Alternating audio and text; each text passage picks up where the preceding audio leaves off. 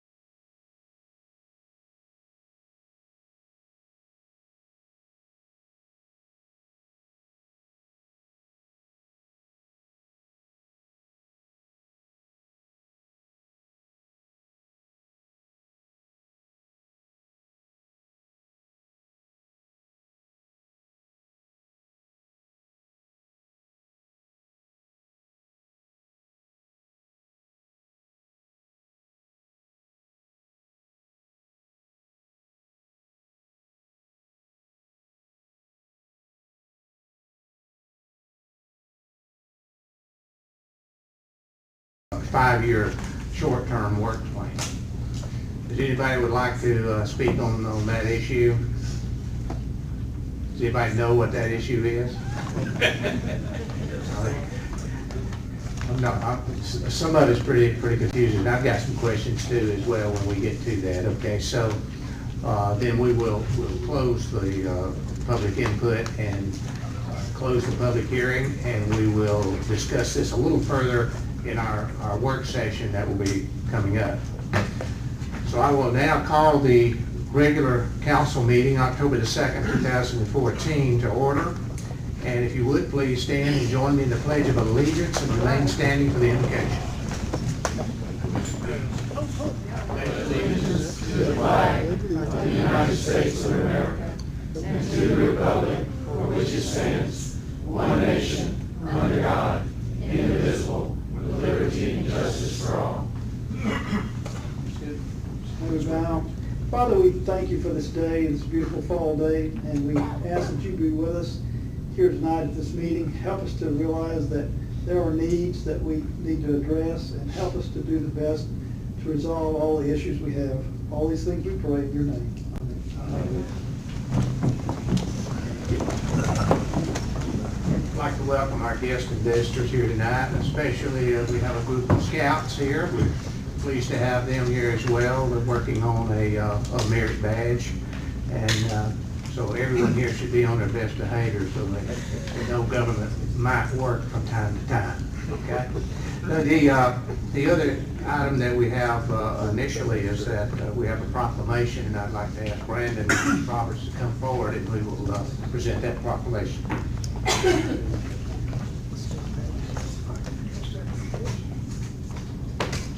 Brandon has been very active in the Fellowship of Christian Athletes, and he stays on the council all the time. We want you to do this, we want you to do that, you know. And pretty much without exception, we pretty much gone along with a lot of the requests that he's had and been happy to do so. So I would like to read this very as quickly as possible. Whereas since 1954, the Fellowship of Christian Athletes has been challenging coaches and athletes on the professional, college, high school, junior high, and youth levels to use the powerful medium of athletics for Christian fellowship. And whereas FCA is the largest Christian sports organization in America and focuses on serving local communities by equipping, empowering, and encouraging people to positively impact the world through the example of Christ. And whereas the four main values through thought by FCA are integrity, service, teamwork, and excellence.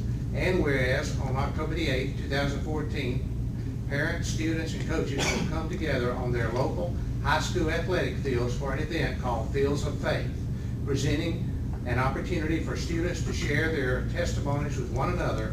Fields of Faith was started in 2002 in Oklahoma and has now grown to become a nationwide FCA ministry. Now therefore, the Mayor and Council of the City of Canton do hereby designate Wednesday, October the 8th, 2014 as Fellowship of Christian Athletes Day in Canton, Georgia, on the occasion of the 5th Annual Fields of Faith event.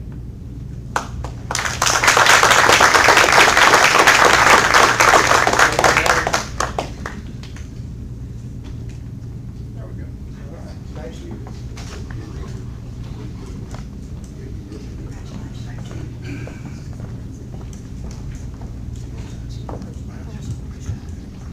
Okay, next time I will entertain a motion to approve the agenda.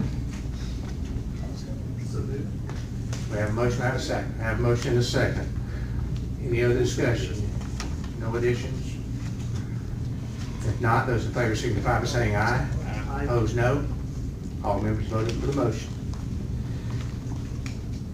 You have in your agenda package the financials for August 2015.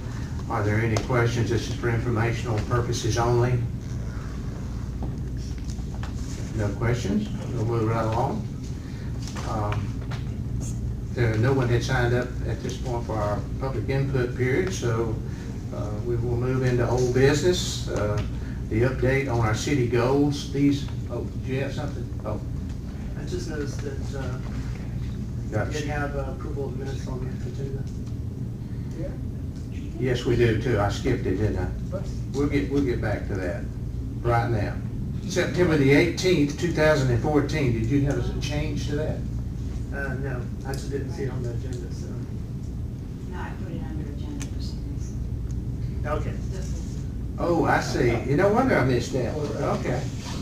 Yeah, it's under item 4, approval of September 18th agenda. Okay.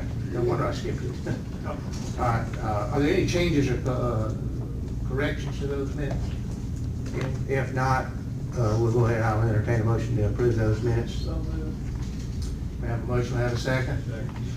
All those in favor signify by saying aye. Aye. Opposed, no. All members voting for the motion. Okay. There were no questions on the financials. 10 minute public input under old business. A number of goals that the council agreed to pursue at our recent retreat were the master plan for downtown and the entire city, of course, economic development, improved management of parks and recreation, and debt reduction, those 4 items particularly.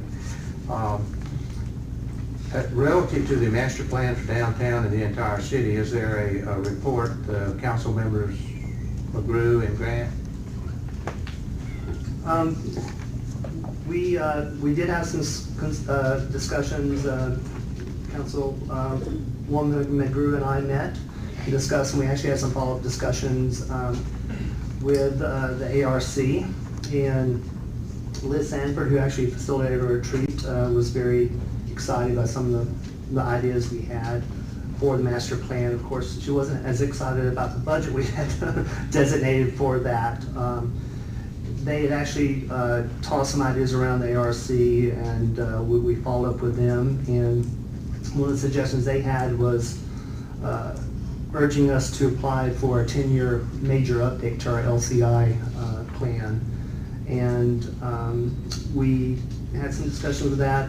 We met with Ken Patton and discussed that with him extensively, along with some other ideas. And I believe we haven't had a chance to discuss that with Mr. Patton. I don't know if he has any updates. We're working on an application for a supplemental studies grant under the LCI. That is what Amy Goodwin suggested we do instead of the 10-year update submittal.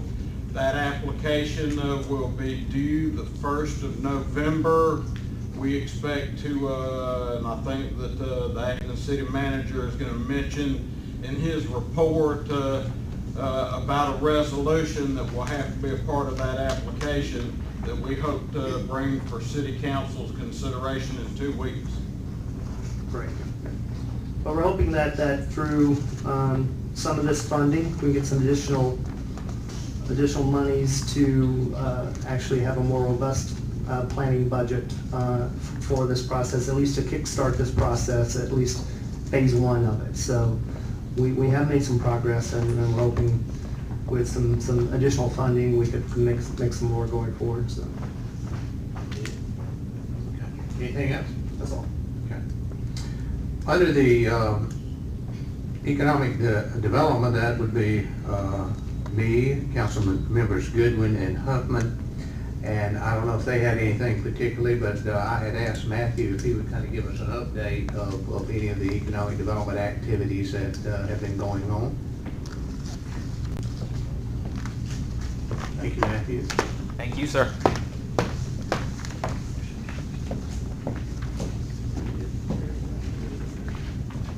Thank you, Mayor and Council, for the opportunity. Just wanted to share with you a few things that are taking place from an economic development perspective in our community. I'm going to touch on just briefly what's taking place now, and then I'll also briefly touch on what things we are doing to continue to accommodate a lot of the growth and a lot of the activity and investment we see happening in our very own community.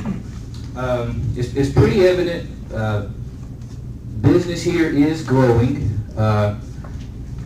This time last year we had about 138 occupation tax certificates or business licenses issued. Right now we're at about 213. So that number is significantly up from where we are last year.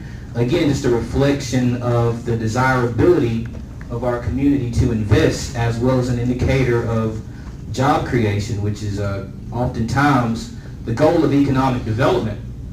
And on that end, we also see significantly a lot of healthcare investment in our community. I think it's pretty easy to see why with the North Side and the significant investment they have coming into our community, you start to see a lot of growth in the number of healthcare services that are provided here, which again will augment not only our community's desirability for healthcare, but as well as livability to accommodate a growing residential population we have taking place within our city. Another place where you see a lot of growth is in the number of different services being offered here. And I mean everything from all of the retail activity you see out in Canton Marketplace with the new out parcels being developed there, to even in our downtown where you see businesses investing in areas like North Street, which oftentimes would have, you know, just contiguous suites with the lights being off. Now a lot of those lights are on and a lot of those spaces are being occupied. A lot of inquiry activities also being within that particular area of our city, as well as Canton Marketplace. Business retention in our community is extremely strong. And again, that is, of course, a lot of it's due in part to our community's ability to accommodate a workforce and a lot of business activity. I mean, Canton really is quite the place to welcome a lot of economic development activity. So even if you ride down Brown Industrial, for example, you see a lot of those businesses stay even throughout the roughest of times, and that speaks volumes of our community as a place to do businesses. You see a lot of trucks going in and out, moving commerce. Again, those are kind of good indicators that show too the strength and the vitality of our community for economic development.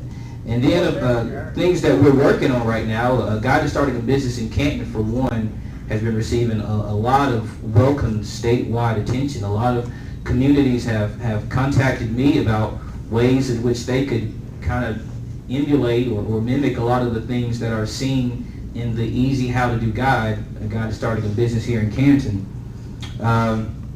We're also continuing to work on an inventory of vacant space we have here in town. Not only does that help with site selection decisions, but it also, in a sense, helps us to understand and build out the needs of our community for water and sewer capacity as well.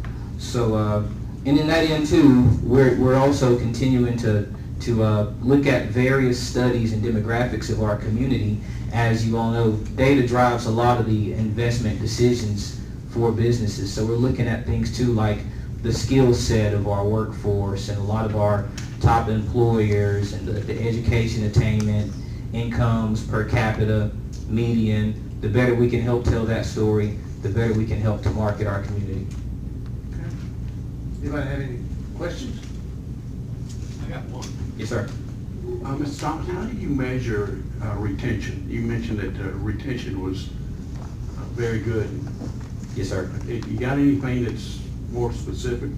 Typically, we see that in things like the list of occupation tax certificates issued throughout the year that the finance department has been gracious enough to give me from year to year, where I can see who's gone and who's stayed, as well as typical things such as, you know, riding by a particular area, see who's there, take a good look at the turnover, whether or not the lights are on or off in a particular place. All of those help show business retention and expansion.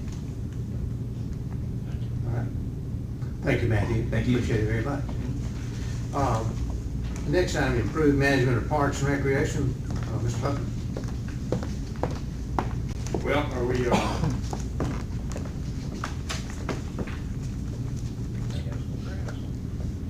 yes, thank you.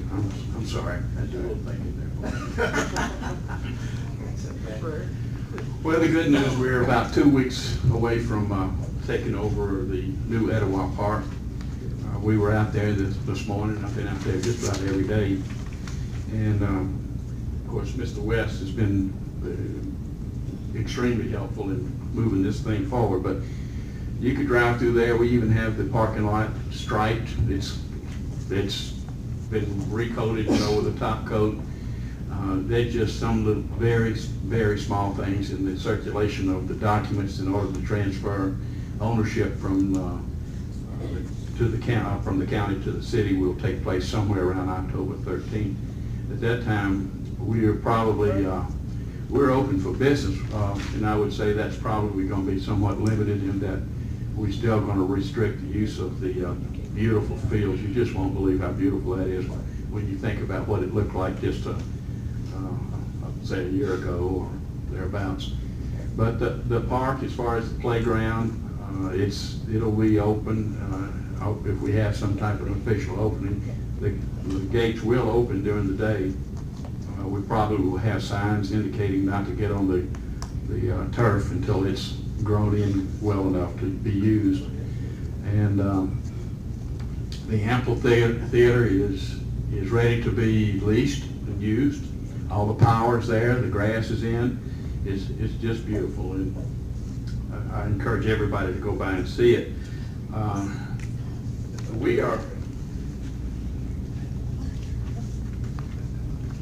Mr. West just handed me something that I'll be glad to pass out to those who might be encouraged to look at it.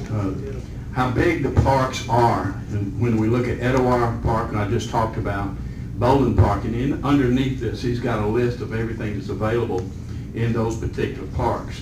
You got Brown Park, Canton Park, McKinley's Park, Burge Park, Heritage Park, City of Canton Paul Park, which is the dog park, Fincher Aiken Park, which is right there on the city, downtown, and then the Hickory Log Reservoir, which is a boat ramp. So for a city that we might have thought we didn't have much in parks, we got quite a bit. So I'm still looking for how to best manage these parks, because I think it's time that we might consider bringing this in-house. I have got to call in again to the county, asking them on if they would be interested in helping us get started with the Etowah Park, because there will be fields there that will come this fall, will be playable. Oh, not the fall, but this spring. And if there are leagues need to be set up, and how the fields to be set up, because it's a huge field. All that, and along with the pavilion.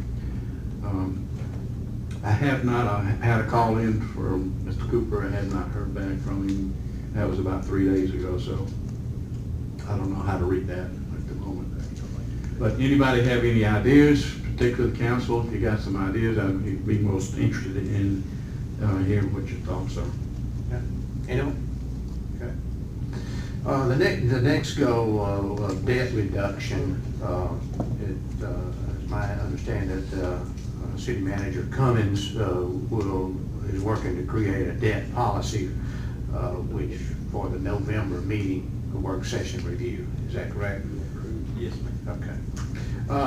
Well, I would like to, with the council's permission, I'd like to jump back to the public input period. It was brought to my attention that actually the council meeting on our agenda indicated that it was starting at 6:15 because of the public hearing that we were going to have in the beginning. Well, the public hearing was rather short, so we moved on with the council meeting. And I'd just like to ask if there's anyone here who came for public input and would like to make public input. If so, you're welcome to come forward now. Is there anyone? Stout, Jim Stout.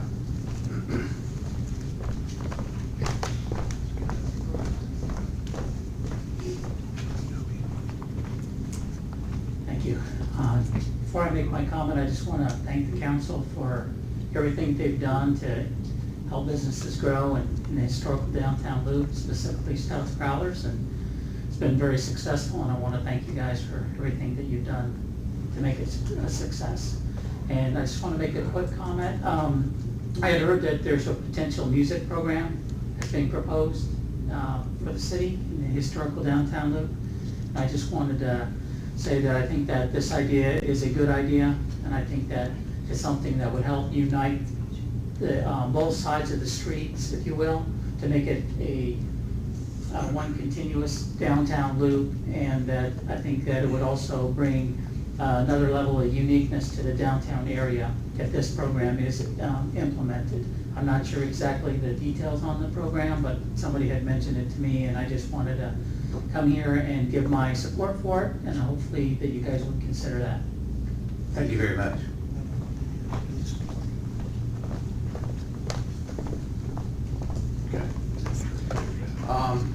I suspect that's, he's referring to the music along the street from front storefronts. I wasn't familiar with that, and maybe that's what I know. It had been kind of tossed around a little bit, not necessarily by the council, but by some of the folks in maybe Main Street or something that had talked about some music along the storefronts. Yeah, probably a pretty good idea, I think. But okay, the next item. Get back to our item B under old business.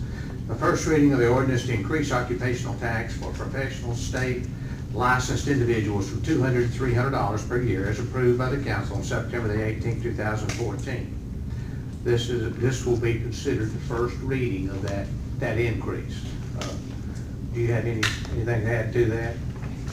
Mayor, I've just learned that we will have to have is that a public forum? We need to have a public hearing of the state law on occupation tax requires a public hearing, so we can do that on the 16th. On the 16th. Okay. Before Be sure that's included at our 16th meeting. Okay. Next item, discussion of requiring business licenses for landlords. Councilman Huffman. Oh, boy. Hot subject. I see that by the ledger this morning, read that that Woodstock has done some work on their business licenses and how they're going to calculate it. So there's work in other areas that are affecting business license. But with that said, that really wasn't my goal in bringing this subject up. The reason I bring this subject up is not necessarily to raise revenue for this city. That is not the reason whatsoever. I want to get some control on rental properties. This city has an unusual large amount of rental properties that are not necessarily apartment complexes. They're individual structures that might be just a single family, or one that was a single family and it might be divided up in several different configurations. We have that on coming up Waleska Street on both sides coming into the city. A high degree of, a high number of residential rentals. And then if we go out Main Street and take a right down Kessler, we have another large amount of housing. And most of that housing probably is substandard. And it's primarily rental properties. And the rental properties, unless a landlord chooses to reinvest in that and build and make them better and safer and healthier for the residents, they will then continue to deteriorate. And that's the situation that faces our city right now, is that we have some deterioration of a great number of rental properties. In order to get our hands around that, we need to get business licenses, or, so I've been consulting with Mr. Dyer, our attorney, it might become a registration of rental properties that was once done by the city.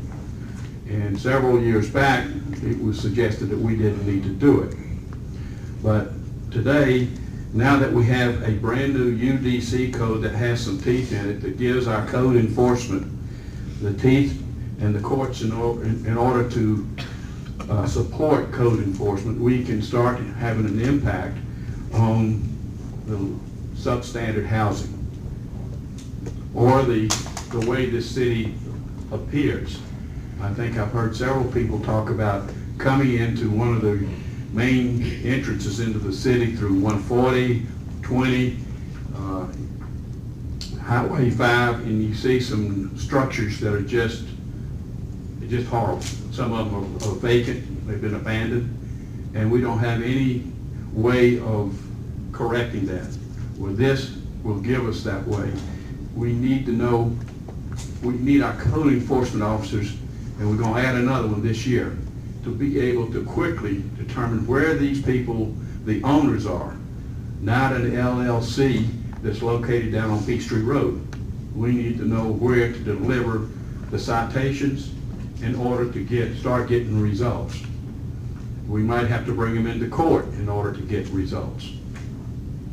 But it says business license, but after discussing with Mr. Dyer, it seems like, although it's rather vaguely written, but right now I think it might not work with a business license for each and every rental property. Now, my goal is not to go after a family that's had a death in the family, the house was in the family, they can't sell it, they need to do something with it, they suggest they rent it out, and there's all those type of situations, and that's not what I want to get. I think everybody really can understand what I'm trying to do. To go back to how I want to tie this into economic development. When you have, we'd like to talk about Woodstock. And as much as I hate to use that as a reference point, I guess I have to because it's so close to us. They have a great downtown, and they got people who live and can walk into the downtown area and enjoy. We don't have that.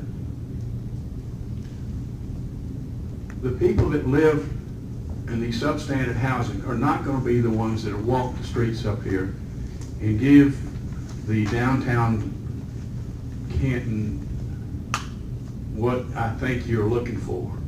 And we're surrounded by it. We can look at the property on 151, the newest building that our city has. Downstairs, there's a beautiful place that could be a setting for a top-notch restaurant. And it's probably been vacant 2 to 3 years. Never been rented. Never. It's brand new. Why would a business owner want to come and open a restaurant in an area that you can't access as well as just use Woodstock again? Well, you can go to Ackworth and see a similar situation. You can go to Marietta Square. You can see it there. But we are surrounded by an area that's got blight in it, and we cannot have a sustained economic growth unless we can get control over it. So although I had business licenses down here, and it still might be something, it might be just business registration for apartments, or not apartments necessarily, but residential rentals, to where we have multi-people living in it, and trash in the front yard, et cetera, et cetera, et cetera. I don't need to use the words to describe it, I think you all know. So that's kind of something that I'm going to be hopefully getting support from the council and other members of the community. I know it's possibly not going to be the most popular thing. I'm not going to be the most popular guy on the street, because there are many people that reside in our city that are great citizens that own these properties, and it would probably mean in the long run that some of them will have to reinvest in those properties in order to rent them. I guess that's all I have to say, Mr. Mayor. Okay. Anyone else? Well, it seems to me that the key to the whole thing is enforcement, and it's my understanding we will be adding an additional enforcement officer, code enforcement officer.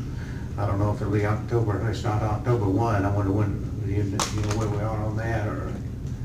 I know there's been some discussions and it's forthcoming fairly Okay. shortly. Well, it's in the budget, I'm assuming, effective October 1, so that can move forward. I guess my question would be, we have the tools already to do what needs to be done. What do we not have? I mean, we know enough of, ownership, you could begin right now even before the registry if you needed to. I mean, I would let you have to wait till after the registry, because, you know, the owners of a lot of the buildings and houses and so forth that's here. I just don't know. Mr. Mayor, I think I can give you some of the answers. Oh, that's a good question, though. We have much of the information, and we were even trying to look at it today. And there's several databases. Some are the city, but most of them are county databases that you got to go to get all the appropriate information. Presently, we have one part-time. When I say part-time, he has other duties. He's a full-time officer, but he only spends part-time working on code enforcement, and it's mostly based on what he's called out to look at rather than him going out and looking for it. So up until now, when I talked to Judge Roach, he said he just didn't have the legal systems in order to enforce the code like it is under the new UDC. Right. And that with that, he says, I've got something to work with. Therefore, our code enforcement officer really didn't have a lot of motivation to go out and try to correct things that needed to corrected, because unless it was a fire or a pure safety hazard, it wasn't going to really be seriously looked at. If it's something that's a abandoned building but nobody's bothering it probably is not going to be looked at. And that's what we've got to correct. Now, Mr. Mayor, we had at one time under the old Canton code, it's called a unit registration. Every residential rental unit shall be registered annually with the city of Canton within 60 days of enactment date of the UDC, within 30 days of state date of occupation of the residential rental unit pursuant to the residential lease agreement, or by April 1. That was something that we did do, and that talking to the tax department several years back, he came down and suggested that we didn't need that anymore. Well, when code enforcement tries to, and he's part-time, to go through all these databases to try to find out who's the real owner of this rather than an LLC. We want to know who the real owner is.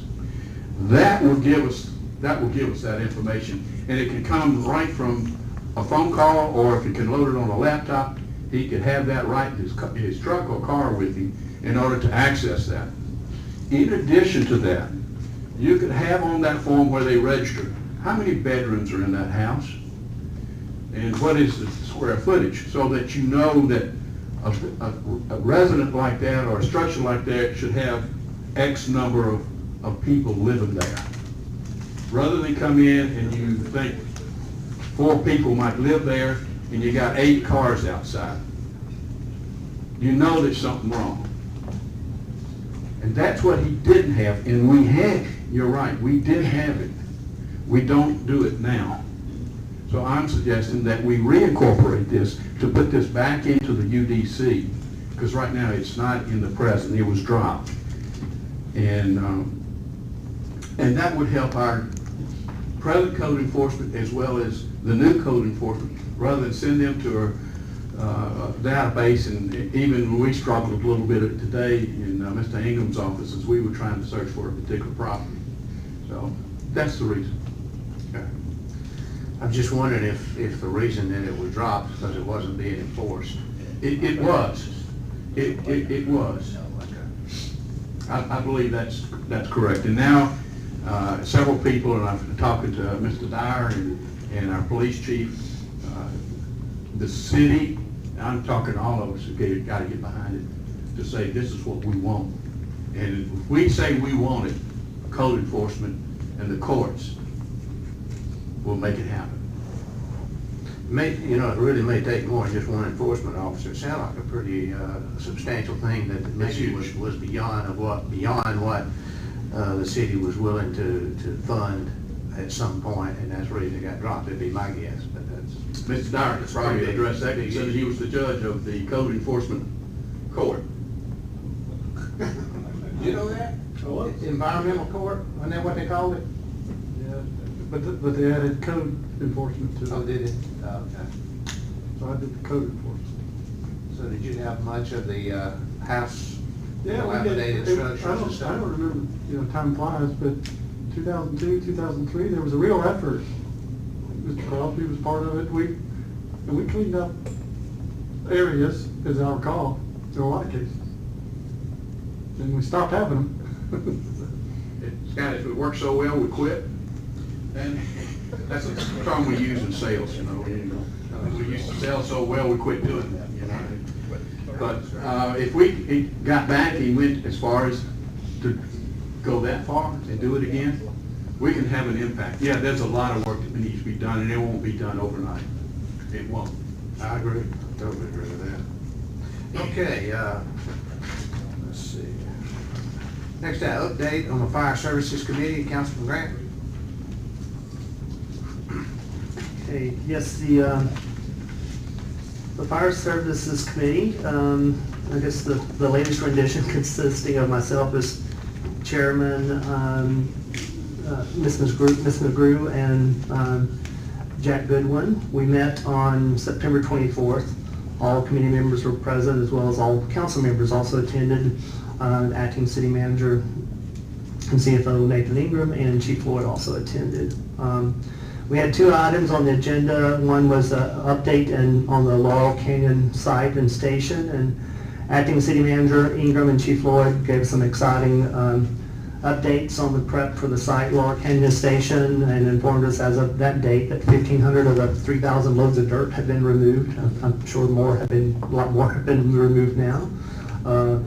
And also, Prime Construction, which is a state-vetted construction firm, had submitted a preliminary proposal for a prefabricated solution for a station, but we were informed there were some issues with that were being addressed, and we would be taking a look at that.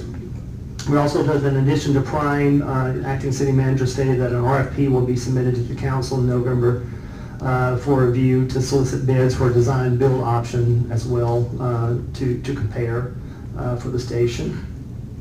Chief Lloyd informed us that once we have selected a contractor and a plan, which he thinks will be in the February-March timeframe, we can anticipate 4 to 6 months for completion of the station. Item 2 on the agenda was a discussion of general terms for an option proposed for the possibility of the city building and maintaining ownership of the station, and the possibility of the county operating the station. This was proposed as a possible option by the county to avoid building 2 new fire stations in the same general vicinity.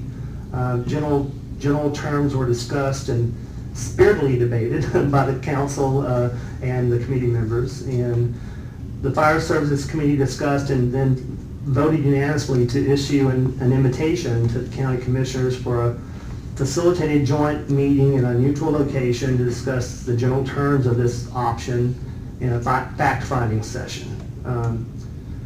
The commissioners graciously accepted this offer to meet in a facilitated session. And I heard actually just back right before this meeting, and I sent an email to the committee members, and if you didn't get it, it's just right before this meeting is one reason I was a little late. But for a tentative date for that meeting, for Thursday, November 13th at 6 p.m. It's an off Thursday for us, so it wouldn't be a council, and a location, a facilitator to be determined.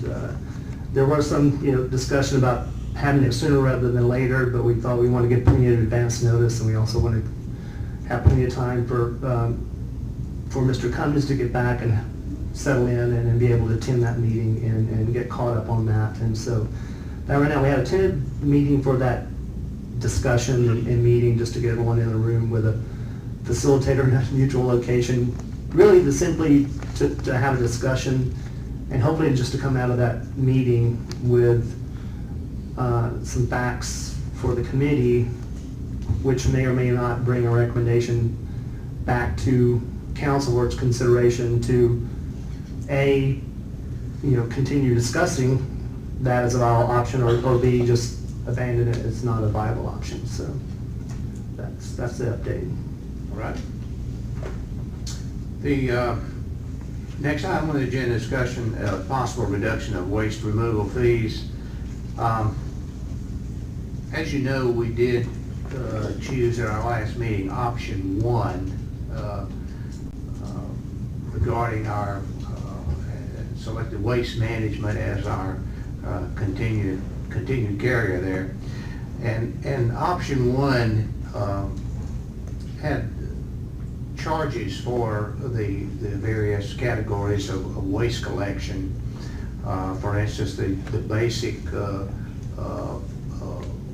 charge for residential household was like $9.80, and they also had a possibility of another 62 cents per household as far as a recycle bank, and the council decided that did not want the recycle bank included, but that we would continue in the manner that we have in the past, that waste management would continue, that city would continue to do the billing and under a contract with waste management. What we had talked about, the fees were going to be considerably less, I guess, for under option two to most of our basic residential households. So right now, the fee charge to the city under option one is like $9.80, I believe, for the garbage pickup. We're paying $9.80. The seniors are paying $10.50 to the city, and the basic residential household, non-seniors, are paying $16.50. I believe that's correct. So we are making a good bit of money, so to speak, off of that process. There has been some discussion about whether or not we would like to reduce the garbage rate from the $16.50 down maybe a couple of dollars to $14.50 or something like that, and give seniors are getting a break now, of course, but actually the city is making a little money. I personally wouldn't advocate changing the city to any further, because we changed it not too awful long ago, up from $7.50 up to $10.50. But if we can afford to do so at all, then I think we ought to give our residents a break, a couple of dollars a month break on the garbage fees. And I would suggest that we ask our CFO and acting city manager to come back maybe at our next meeting, having a financial analysis of the impact that doing something like that would have on the city. So, but anyway, does anyone else have any concern? Yes. How would you propose on the item B, the roll-off side? How would we pay for that? This was just laying here. I haven't seen that. I don't know I would propose, I mean, look, even $2 off, we're still making $5 and over $5 a customer per household on garbage, even taking $2 off. So that would be part of that financial analysis, I would hope. Well, the question was, how do we propose to pay for the roll-off site? How do we pay for it now? I don't know. We pay for it by charging fees at the roll-off site, and also. But weren't we closing that down because we weren't making money? Mr. Rush from previous council did a lot of study about how we are losing money on that. Absolutely, we're losing money. Our garbage collection is supplementing that. There's no doubt. I just can't tell you exactly how much, but it's supplementing it. But there is a fee on that.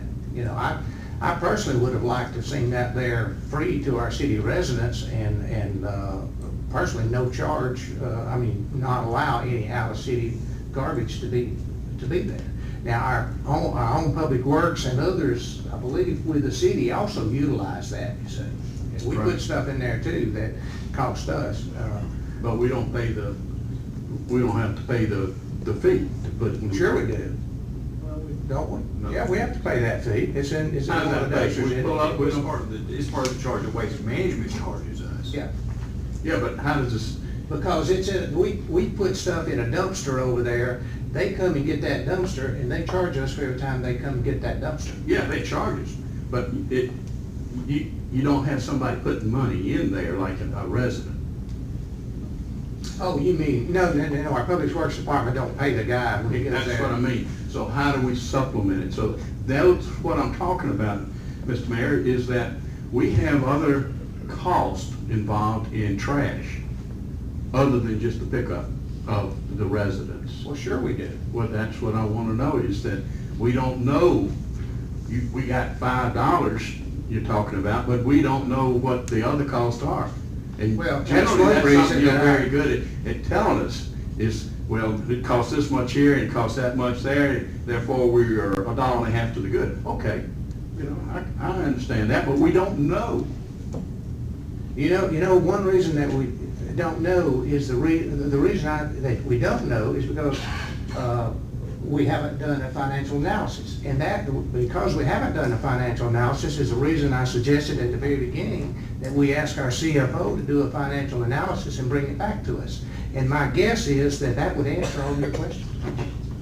I think Mr. Rush did a lot of work in that area a couple of years ago, or it's just a year ago. Yeah, That's he okay. wanted to charge, he did want to charge, as I recall, enough to make it operate on its own. Yeah. And, you know, I don't know whether it's feasible or not. Well, I don't either. The other thing is that bothers me a little bit about it, and I'm gonna sound like a broken record, but we got so many properties throughout our, if you use just a big circle around the city of Canton, I mean, a 2 or 3 mile circle, so much of that is not city property. That's true. It's county property. So where are they taking their trash? I would suspect of the landfill. Yeah. Some of it to our place. There you But go. we're charging them. We're charging. They're paying. Are we paying them? Are they charging enough? I don't know. Are we picking up their trash? Do you know? Do we? I hope not. Do we go from house to house, like this house, like you go on Hospital Road, you go to that house, it's county, and the very next house will be city, and so on down the street? No, we better not be picking up out of city garbage. That's not what we're supposed to be doing. I guess you're right, we need to do a financial analysis before we jump too soon. Well, I think that's exactly what we'll do, and by the 16th, we should have the information. Okay, next item. Discussion of the city's roll-off site. That really, you have a handout here that was passed out. Mr. Rust indicated to me on the phone that he would like to just move this to not just our next meeting, but have it on the work session, as I understand, in November. We'll let him explain it. Yeah. Discussion of the classification and compensation study. Mr. Ingram. Thank you, Mayor, Council. In your package, you have a memorandum of agreement with Condren Associates. We're going to ask in 2 weeks that council take action to authorize the signature of that memorandum of agreement to enter into an engagement with Condren Associates to do a full, thorough compensation and classification study. If I could, let me point out a few facts, and then I'll go over a timeline that led us up to this point. The study is going to take approximately 4 months to complete. We do need this completed as soon as possible for it to be relevant within our fiscal year 16 budget talks, which will occur next summer. So we need to get this completed so that we have it back. If we can start this in November, and they are prepared to start as soon as possible, we'll have November, December, January, maybe into February, but it will still lead us, provide us enough time that we can use that thoroughly in our discussions and try to implement some of the changes, if any, assuming there will be some.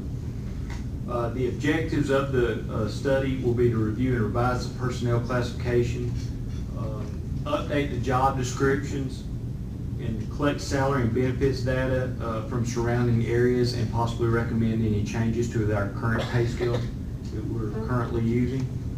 And then further assist the city's human resource department as well as management and department heads to implement those changes and sustain those changes.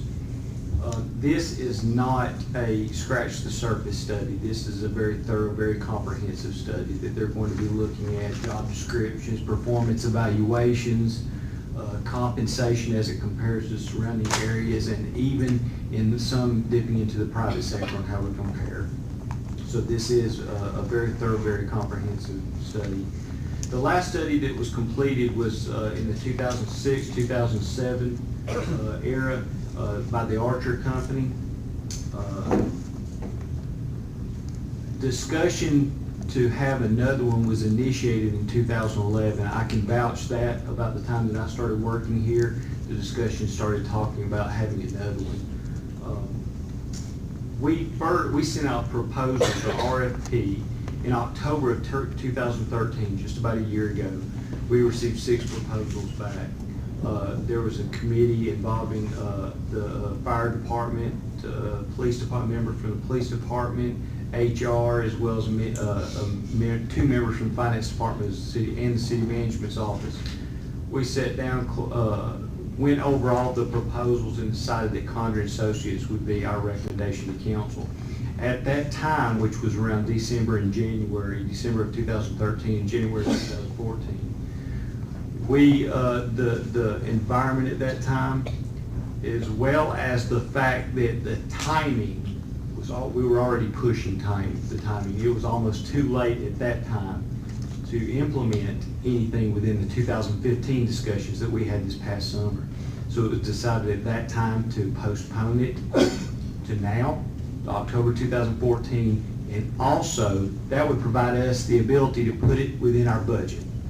Last year we had originally thought of putting it out of the contingency, but now we had the discussions in the summertime about this. We put it in our budget. We knew that Condren Associates also extended their honoring the contract, the agreement.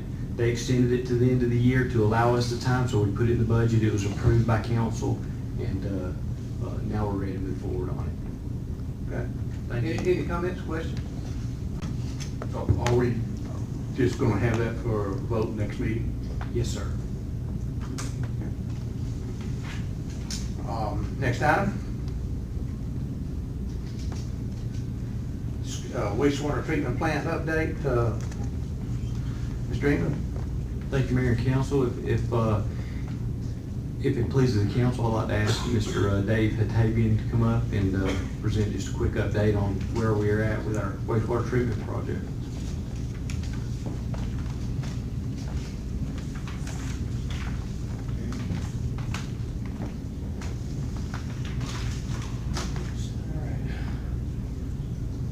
As you know, a redesign was authorized back in the middle of May of this year. And that redesign process not only had to redesign the facility, but we also had to do an amended design development report for the state. Both of those items have been completed and approved. The design development report was approved on July 30th, and the drawings, plans were approved on September the 17th. And there was nearly 100 new drawings that were produced. The Georgia Soil and Erosion Control approved the drawings last week on the 24th, and the contractor has now ramped up construction. They've done some clearing, some earthwork, and we expect to start installing pipe next week. During the redesign, there were several issues that were discovered that maybe weren't adequately addressed during the original design. And they included relocating the existing force main, the reeves of certain equipment, addressing the storm drainage coming off Cherokee High School, and then with the land deal, the repaving of the armory, as well as a new access road. All these issues have been incorporated into the revised design. And as far as costs go, which I know everyone's been waiting for, cost to date, the redesign costs that we've received invoices on for the design only is about $115,000. For the construction management portion, just a shade under $18,000, and actual construction costs have been about $220,000. 220. And that was their first invoice, by the way.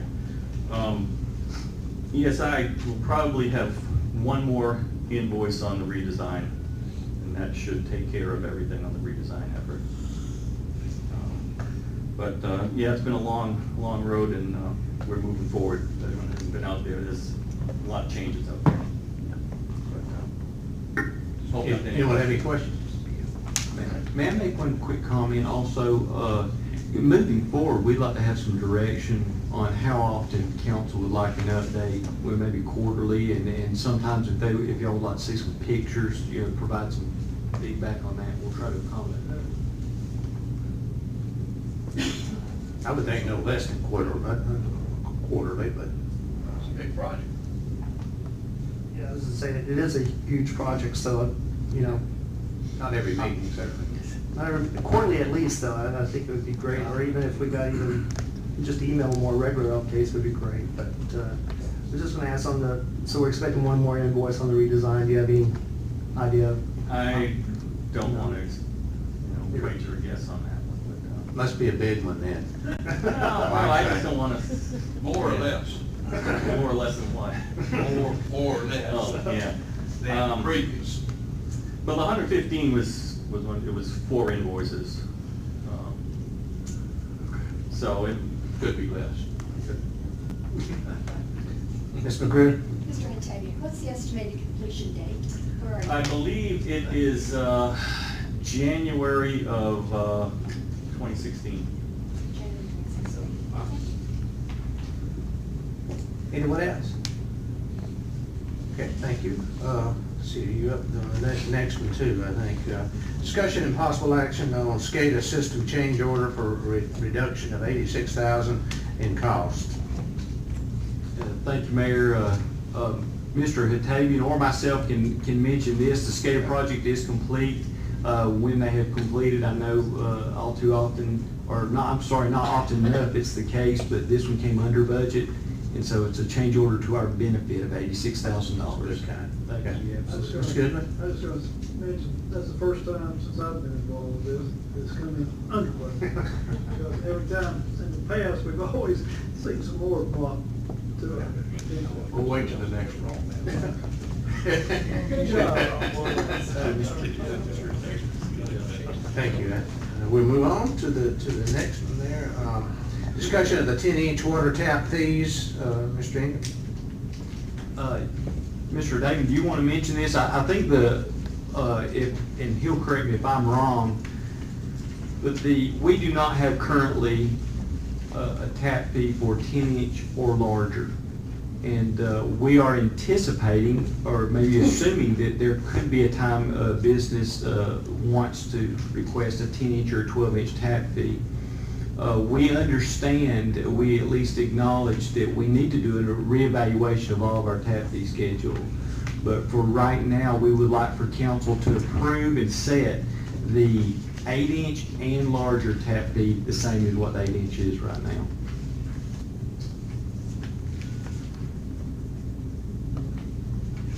Ms. Goodman? When we talked about the one down on Carson Highway for the furniture company, Yeah. how big was that? Was it 6 or 8? That was a 6-inch, but that was for fire protection only. Okay. That was a separate issue. So is this primarily coming around because of the hospital going to be coming around?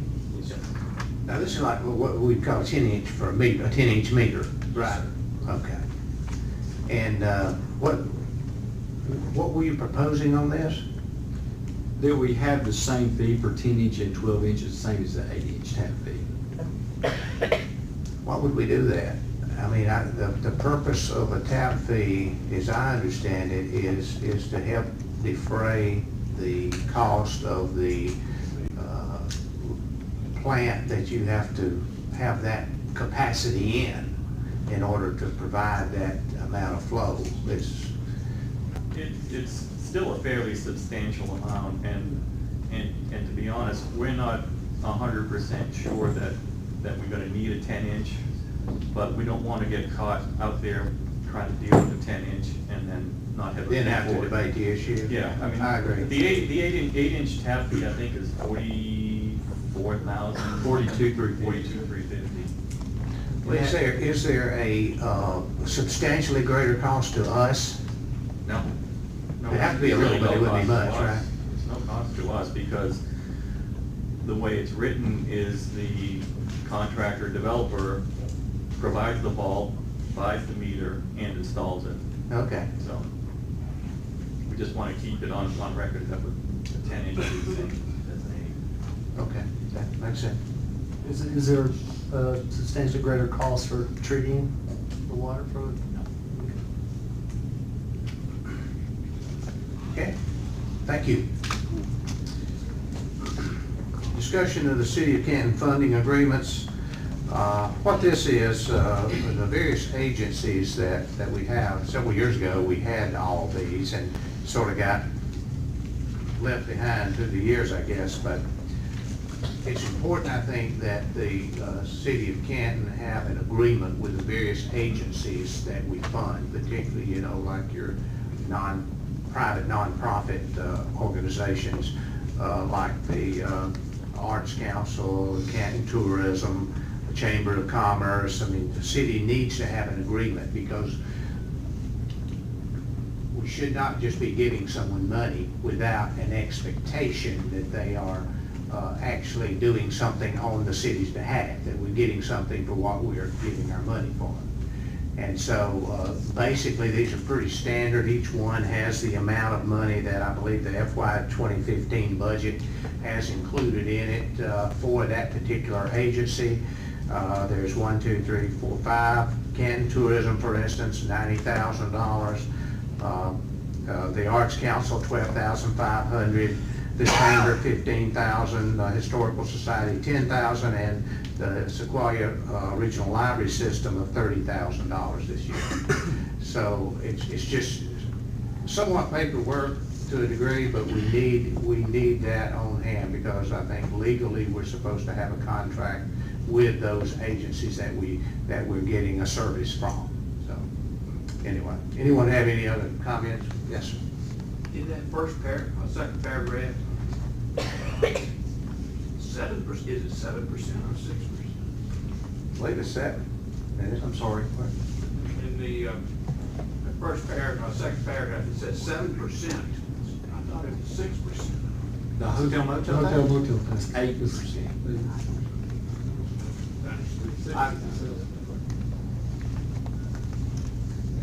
Any other comments, questions? Okay. Discussion of the Marietta Road change order. Mr. Ingram? Yes, sir, Mayor. Yeah, we were I want to remind that we just did a change order to save the city money. This is a change order request on the Marietta Road waterline project. They had to insert 2 valves, as you see in your attachment, a 4-inch and an 8-inch insertion valves. The total cost requested for the change order, the total requested change order is a $15,000 cost. I will have to admit to the council, this was an emergency. It could not be put on hold. So we had to go ahead and proceed and do that. Is that something we used as a, what were we debating, the contract that we have with? On-demand services. Yes, thank you, sir. Was this an on-demand service type of issue? No, sir, this, as far as I know, this was with a contractor that was actually doing the On the work. job? Yes, sir. Okay. And that'll be on the agenda. Okay. Discussion of the annual update of capital improvements element and 5-year short-term work plan for the impact fee program. Mr. Ingram? I'll ask Mr. Patton up and see if he wants to add anything that's not already been said. Thank you, Mr. Ingram, Mayor, council members. This has been discussed previously. This is a requirement of Georgia's impact fee laws that we submit an annual update. I believe, Mr. Mayor, you indicated earlier during the public hearing portion that you had some questions. This is something that we've done every year. I know. One thing, I have, like, under fire, it mentions the Law Canyon Station, of course, and then it mentions the station at the Bluffs, and it has 217, 218. But it didn't have anything for the, I assume that's Canton Marketplace Station, Yeah. whatever that is. Canton Place is the name of the whole master plan development that stretches Oh, yeah, all the okay. way from Right. State Route 20 to State Route 140. That would be that station. Originally, it was talked about down around State Route 140. Now that side appears that it's moving closer to State Route 20. well, I It's thought- still within Canton Place master I plan. guess I thought that we were looking at the Canton Marketplace Station as the next one prior, even if we do go ahead with Law Canyon, which we are, that the Canton Marketplace area would be the next one, and then the Bluffs area. Correct. And the years reflect land acquisition, 2015, station 2016, 2017 at Canton Place. The Bluffs is 2017, 2018. Those are approximation years, but the Canton Place station would Okay, be yeah, before the Bluff station. I see now, I got you. That sounds good. Yeah, I'm fine with that. We might not even need that bluff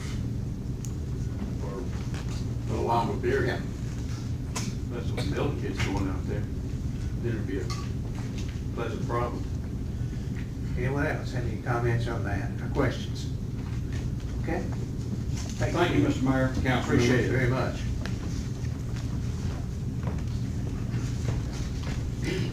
One thing, a couple items I wanted to, let's see. Do you have anything else? you I want do, to- a couple of Okay, quick go items, right Mayor. ahead. I'm Yeah, I'm sorry. sorry. Mr. Patton's already kind of stole my thunder on one, the LCI grant, the Livable Centers Initiative that Planning and Zoning is working on. As he mentioned, that is an application that has a due date coming up very shortly, although we don't have the application in hand. So we wish we could present that to y'all, but just to make y'all aware, we may be coming to y'all in a couple of weeks asking for y'all to approve that application so that we can submit it for the Livable Centers Initiative. Can you tell us what the project would be? Mr. Patton? Mr. Mayor, council members, we will be requesting funding through Atlanta Regional Commission under supplemental studies.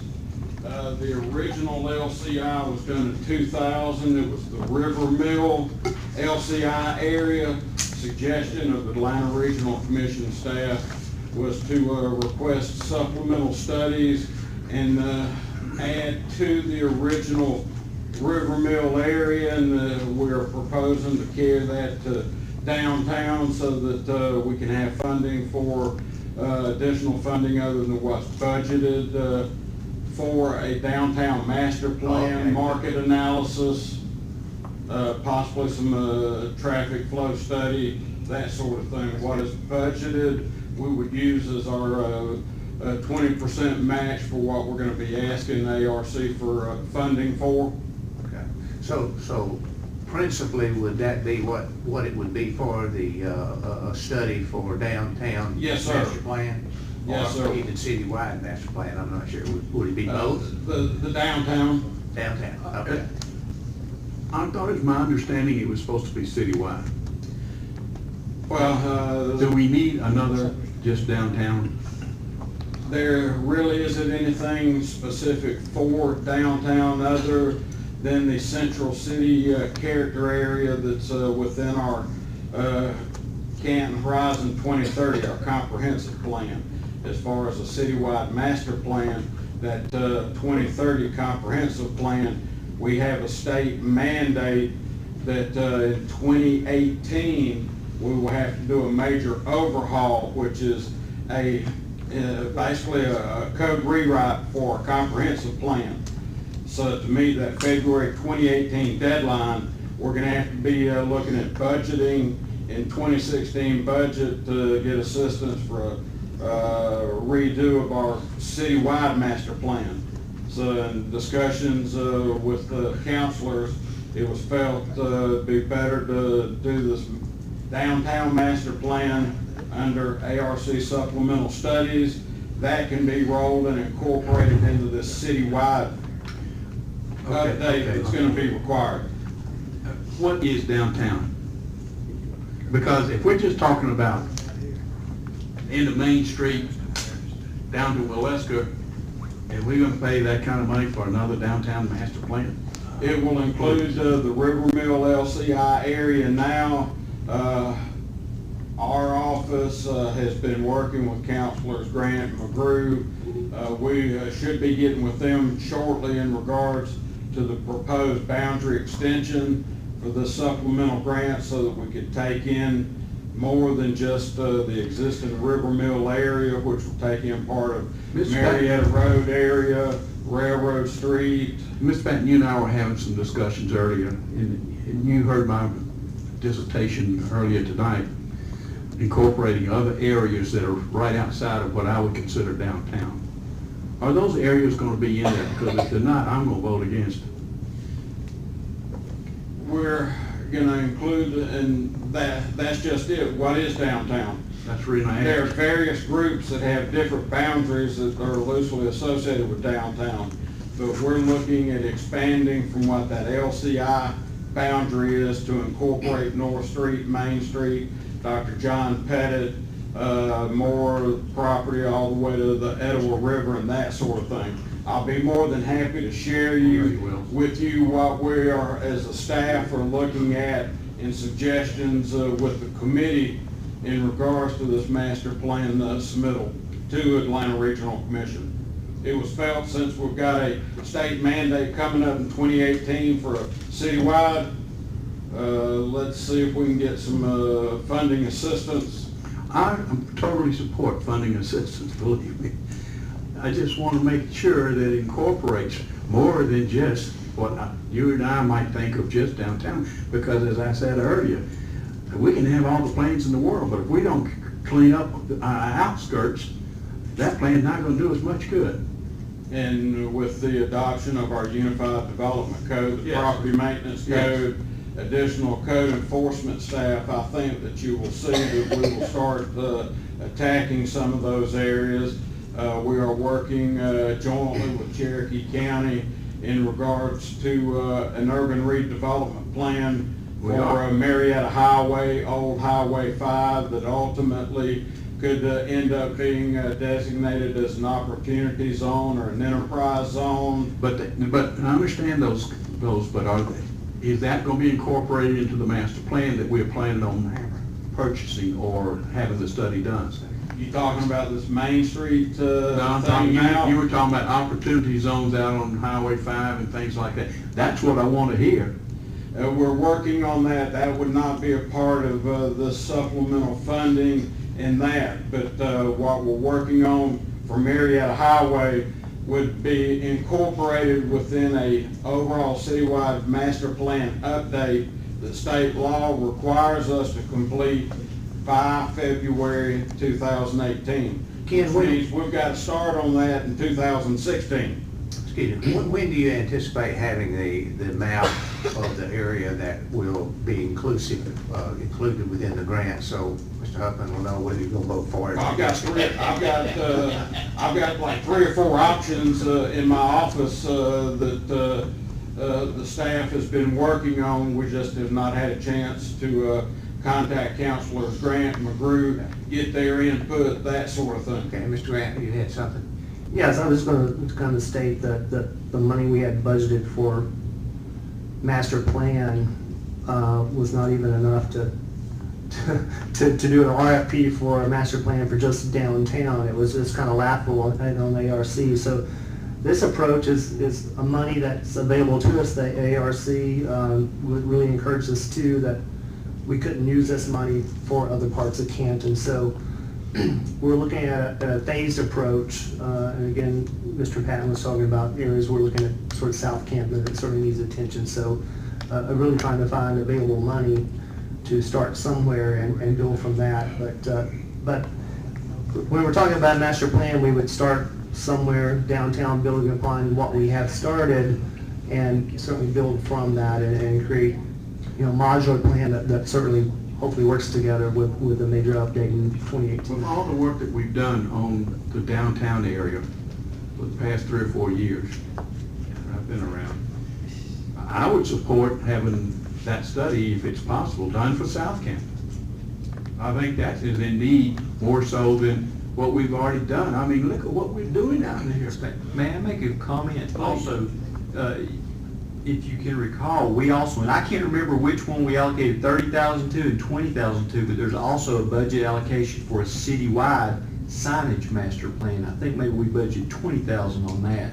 So I know when you get the idea that we budgeted a little bit for both, but I know they're different projects. Right, but I just want to spend the money where we get the biggest bang for our buck. I don't know if we're gonna get it now, because folks, we're doing a lot of work downtown, whether it's their plan or our plan, we're spending money downtown.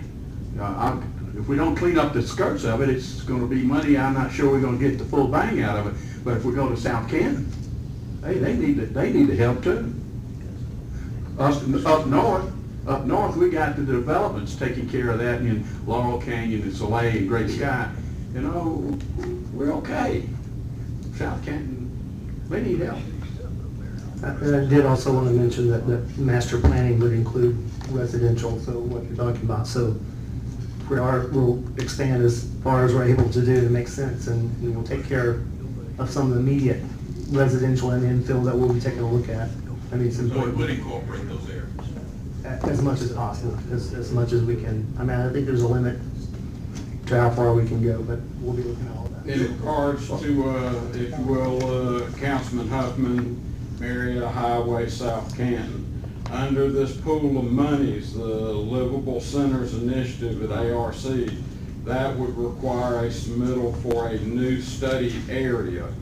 ARC staff has suggested it's going to be easier to obtain additional funding if we expand upon our existing LCI River Mill area, which is portions of Marietta Road, Railroad Street, a little bit of Cherokee, Dr. John Pettit, expand that to include Main Street, North Street, a little further east along and take in more John Pettit to the east of that, all the way to the river and that sort of thing. We're still working on putting together urban redevelopment plan for Marietta Highway, and that is a joint project that's ongoing with Cherokee County, because properties are mixed between unincorporated Cherokee County as well as the city of Canton. That project and that urban redevelopment plan can then be incorporated within an overall citywide master plan, just like our Technology Ridge Opportunity Zone and urban redevelopment plan that was done for Canton, Cherokee Industrial Park, Riverstone Property, Bluffs. That can be incorporated within a citywide update, like I said, with a deadline date to have that done through the state mandated review process and back to City Council for adoption in February 2018. We're going to have to budget and begin that process during 2016. So you will be bringing back in the committee from our retreat on the 4 goals there, we'll be coming back with a recommendation, possibly an alternative, but you'll be making a recommendation to the full council as to the map and to what we're actually going to do and make application for the grant. Yes, so the biggest thing is the resolution that City Council does have and commits their 20% match for the funding and submitting for the LCI grant award. Right. Okay. Anyone else on that one? Anything else? I've got one more item, Go I'll ahead. make it quick before people start throwing popcorn at me.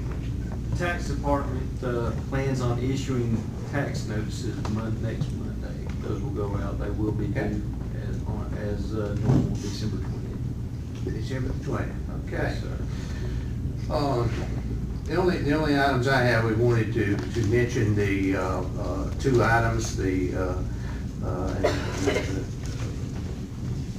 for informational purposes, particularly the couple of meetings ago, we were discussing we adopted parking tickets and fine amounts and so forth and it was our intent to begin the ticketing October 1, and many of the signs that you saw out there said exactly that it was going to begin October 1. Well, unfortunately, we were under the understanding that area of the contractor, which has taken up quite a number of parking spaces, would be out of the way by that time.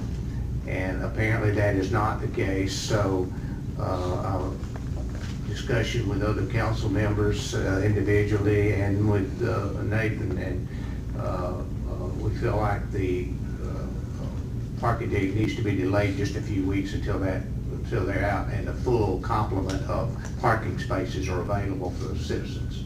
And not only that, but we had, I have, and I know Sandy, you have had someone ask about that, inquire about doing that. So that's what we will be doing for the next few weeks there until that's complete.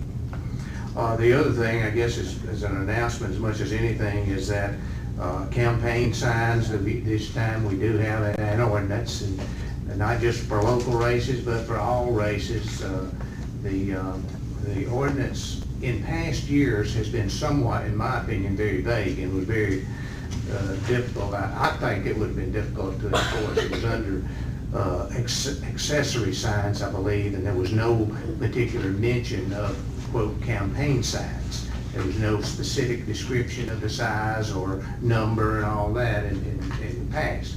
But once we adopted recently the UDC, Uniform Development Code, there is a section in there for campaign signs. I mean, it's very, very clear. And it does make, campaign signs are not supposed to be on city right of way. They're not supposed to exceed 6 square feet in area. And I believe, and somebody correct me if I'm wrong, I believe it says you can have one per parcel of land, unless it's like on a corner, and you can have one on facing each street, and it's supposed to be like on private property. But I wanted to make sure that everyone's aware of that, and I would hope that since this is a new code that we assume will be enforced, that everyone will be aware of it and have adequate time to make sure everything is in order. And I don't know if there's plans, we've talked briefly maybe about notifying everybody either by letter or some method anyway, but you don't want to make that as a policy and then miss people, and then try to, force them. But I suspect that, all our folks in campaigns, because we've got numerous races this time, not just on this level, but we got it on the county level, the state level, the national level. So there's going to be more and more signs coming into our area in the very, very near future. But I just wanted to make sure of that. Does anybody have any comment? Yes, sir. Yeah, I do. Campaign signs, of course, was one of my hot buttons. Right. Mostly was the size of which we addressed. But as we were moving forward with the new UDC code, we have some new candidates that are running.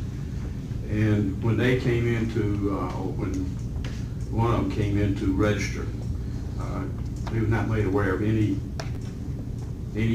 regulations on signs.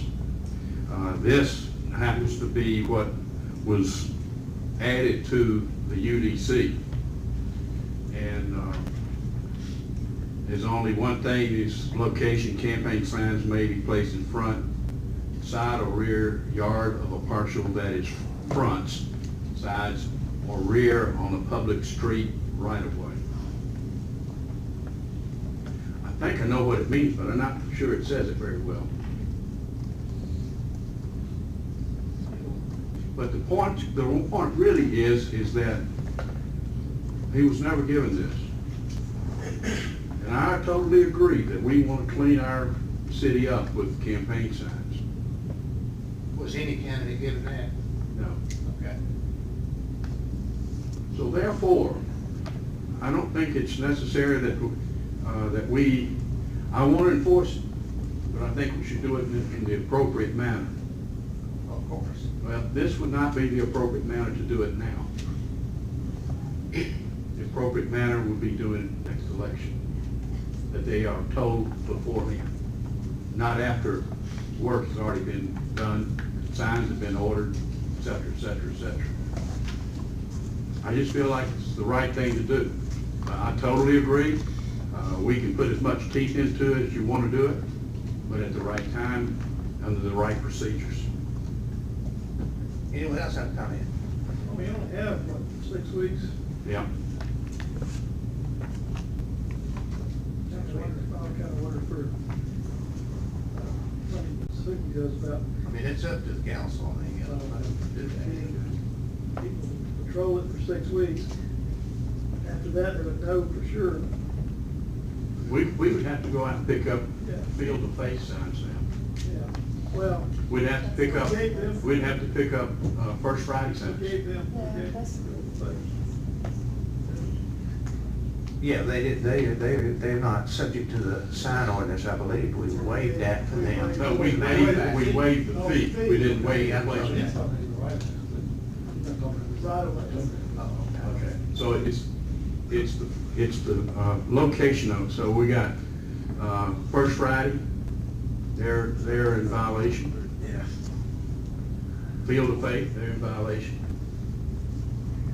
We need to, before we act, we need to go through the process and do it correctly. Grant? Let's mention two things. I think under our new code, we added political signs, which I think we all agree to, we all strongly believe in.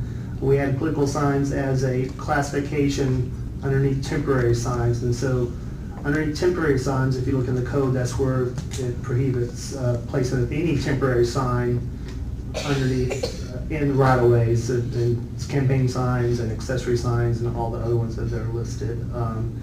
And so that's why it doesn't specifically say right-of-way there, so. Well, it does. It does underneath the code for temporary signs, and this is just a classification, is my understanding. Right. That's one classification under temporary signs, there's multiple other ones, so. I guess the other thing, and I understand too, but I don't see, we were just talking about enforcing, other aspects of this new code, which, again, I'm all in favor of, and I think we all were in favor of, so I don't believe, and I think it's dangerous to start saying we need to enforce parts of it now, and we don't need parts, but this part we don't need to enforce, so, I'm a fan of taking the new code and enforcing all of it from the minute it was adopted, so I don't think we can enforce just the parts that we like, so. Anyone? We Good. can't enforce the parking right now. We don't have, do we have that officer and everything ready to go? Apparently we do. Because they weren't prepared, the police department was prepared to begin October 1. I thought I heard that it was pushed back. Well, it's pushed back because we felt like that it was probably not really fair with the parking spaces that were taken up. Right.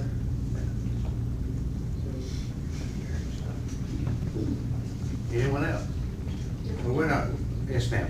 Totally different topic. Are you ready to? Yeah, I'm just gonna say, we're not voting on this, it's not voting, and I just have to, I just wanted to make sure that everybody knew that we had this thing, and that, it is on the books, so.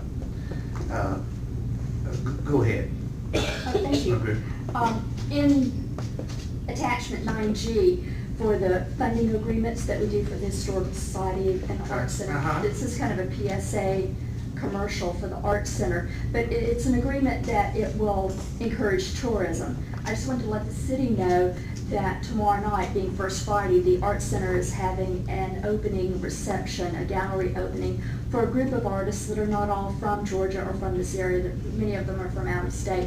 Right. And this art is Buckhead Gallery quality art. It's some highfalutin art. It's worth coming to see. I'm real excited about it. There's a reception free and open to the public, refreshments, and while people are out enjoying First Friday Oktoberfest, I'd encourage them to come over to the Art Center and see this very, very nice art. Right, very good. Also, we have, what is it, Saturday is Zombie Fest coming up. That's a mark. And one of the actors in the program that I don't watch is there. Yeah, Carl. Carl, yeah, I know that name, but I didn't know him. Okay. It's an exciting weekend. Absolutely. That's last week. One other thing that I want to mention before we adjourn, and that is, someone had asked a couple of times actually about, you think it's a little early, but it's really not, about our January 1st meeting, which comes on January 1st, the first Thursday falls on the 1st of January. So just be thinking between now and then how you want to do that. I'm sure we're not going to want to meet on that day. I'll be here if you want to be here. I'll be here. I would think that probably we could just move it to the following Thursday, or if you just wanted to move it up a couple of days and meet on another day, we could do that. But just be thinking between now and the next meeting or so, and make whatever suggestions you like, and we'll do that. Okay. Do I have a motion that we adjourn? Got a second? All those in favor? Opposed? Okay, good deal. New Year's Eve.